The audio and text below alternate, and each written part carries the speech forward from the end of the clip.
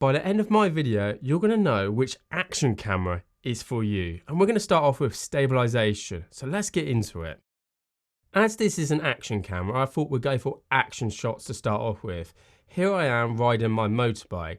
The camera is actually mounted on my crash helmet, which does help the stabilization slightly. But you can see from this footage as I flick between each one that they all feel very much the same. Now, I'm about to show you the actual cameras with them side by side. So we've got the GoPro top left, Action5 on the right, and Ace down below. You can see there's not much in it, apart from like maybe a bit of color difference on it. But as far as I'm concerned, all of them look absolutely brilliant on the stabilization.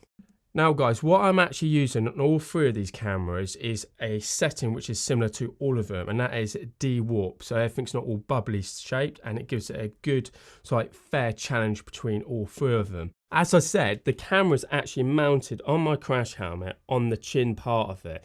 One thing to be aware if you are going to go for these action cameras is where you're going to place it, especially for motorbike riding. But I'm going to move on to the next part of our stabilization test, and that is simply walking with it. So at the start of this video you saw all the cameras were mounted together so that I can give it a fair test. I'm walking along the beach here, walking sideways, not paying close attention to how I'm holding the cameras, but they feel pretty steady to me. The only thing I would say is the GoPro, even though it's on de-warp, seems a bit warped out at this point, but we are just talking about the stabilization. I'll come back to that later in the video. Right, the next shot, guys, is me running. I am no sprinter at all, but when we take a look at this footage, it looks really good. I'm flicking between the cameras here. You can see how stable it is, and I'm sprinting for my life here. We will flick to all three of these cameras on screen so you can actually have a good comparison against the stabilization of it. I'm scoring these out of 3, 1 being the lowest and 3 being the highest, and then middle diddle, the one in the middle, number 2. If any of them were going to win any points out of it, I say the GoPro just edged it slightly. Next up, guys, are the screens. Now, let's just move the Ace to one side for 1 minute because it's kind of a unique action camera if you know anything about it. Both the GoPro and the Action5 Pro have front and rear screens. Now, out of these both, I would say the Action5 just pinches it over the GoPro, only because you can barely tell the difference here. The Action5 has slightly bigger screen real estate, only marginally, but enough for it to count if you're trying to look at your camera. But the camera which wins this one has got to be the Ace. Here's the surprise, it's got a flip up screen. Now, I found during my test this made a lot of difference because you can tilt this screen at different angles, and it's also very good for vlogging. We're not covering vlogging here, these are action cameras at the end of the day, but that's what's good. But the only little thing is this screen here is very small, so it doesn't actually show a video feed unlike these two cameras here. But why would you want to when you've got this big screen here? When I was riding a motorbike, I had it like this on my handlebars at one point where I can look down and see what was happening. But then when I set this up and I checked myself in my mirror to make sure that this camera is in the right position on my chin mount, I couldn't see the video feed. So minus that, but overall, I know that the Ace will win this. This is free, this gets 3, the GoPro gets 1, and the Action gets 2, but only marginally over the GoPro. Let's talk about battery life. Now, the GoPro is 2.5 hours, the Ace is 3, and the Action is 4. So clearly the winner is the Action 4, but it does come down to how you are recording your videos. So this is why I always advise picking up extra sets of batteries for these. In actual fact, even though the Ace will come in middle ground here, it comes with 2 batteries, but I'm scoring it as if you're filming at the same time for the same amount of time with 1 battery, but the Ace does come with 2, so that's pretty handy. So the GoPro gets a score of 1, the Ace gets a score of 2, and the Action, as you guess it, gets a score of 3. Up next is resolution. Now, we've all come to accept that 4K is the standard at the moment. But let's run through each of these cameras. The GoPro actually films at 5.3. The Ace films at an incredible 8K, and the Action4 at 4K. Just because the resolution's at 4K or 8K doesn't actually make it better. It's really difficult to show you the resolution of an 8K unless I ×2 and zoomed in, like on this motorbike footage right now. That's the benefit of 8K, so you can actually crop in. The same with the Action as well at 5.3. So the clear winner here is the Ace at 8K, because I just think it gives you so much more. And that's sort of like why I think the picture quality on the Ace is better.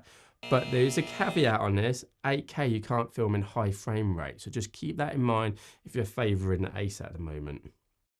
This may well surprise you.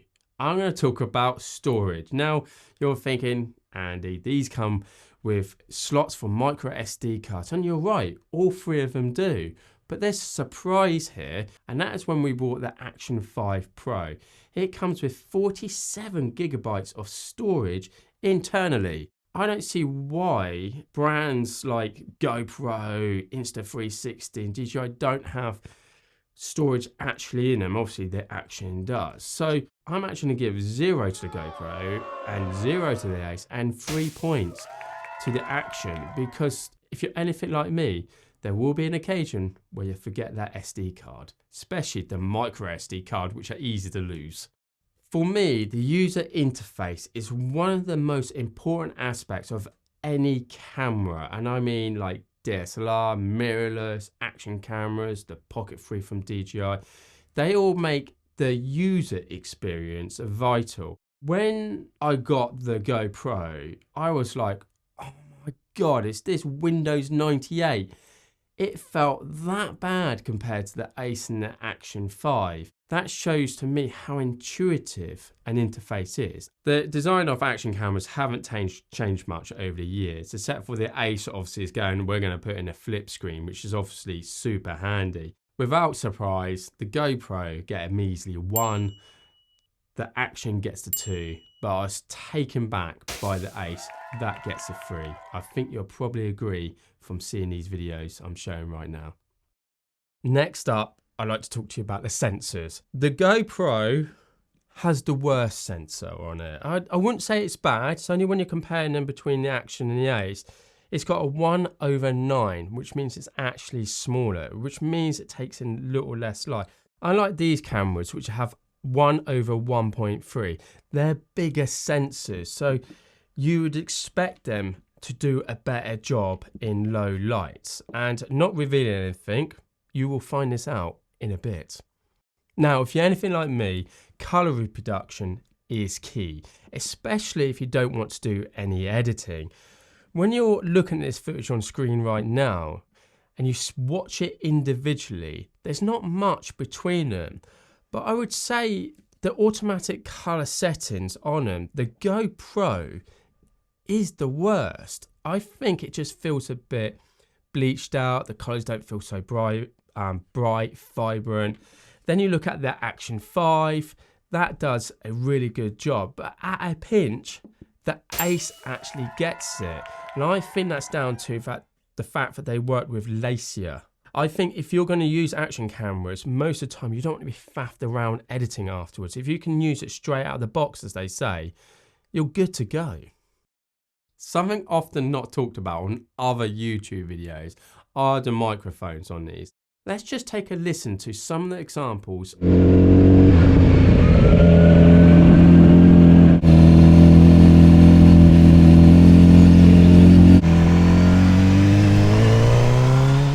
Now let's put these all out together on the screen. You can see that I'm actually going down the same bit of road to give it a fair test on all three of these cameras.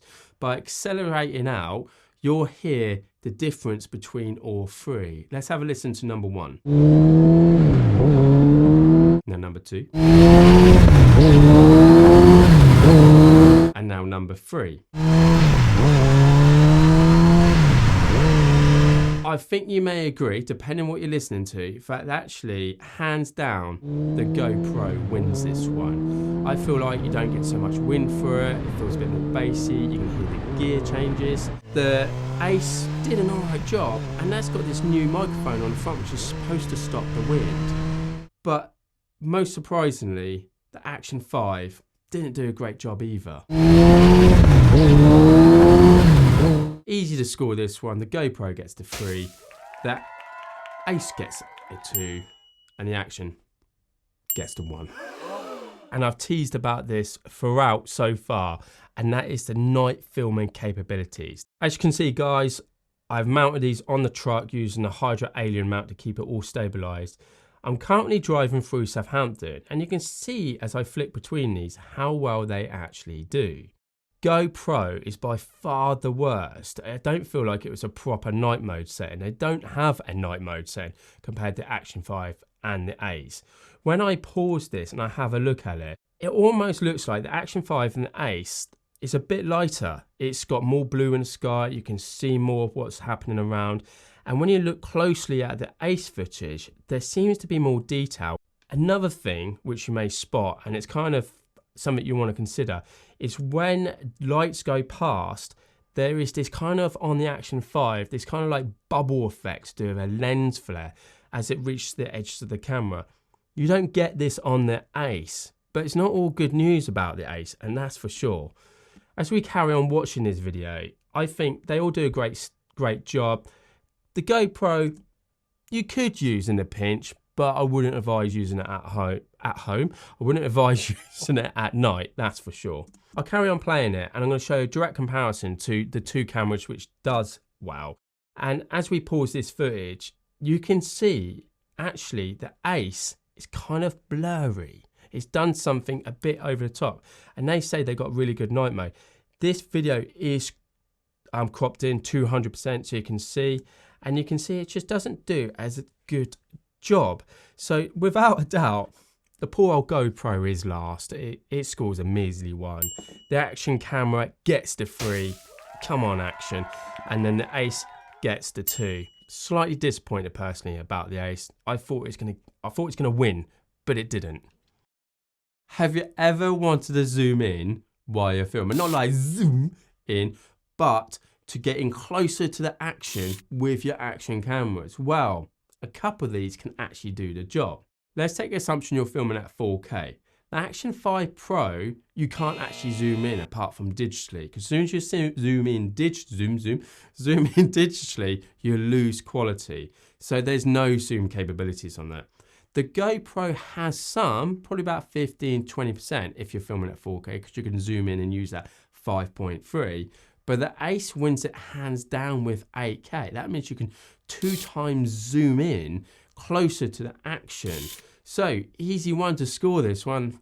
Action 5 gets the 1, the Ace gets the 3, and the GoPro gets the 2. I have just covered the 12 common features which we all look out for when we're buying Action cameras.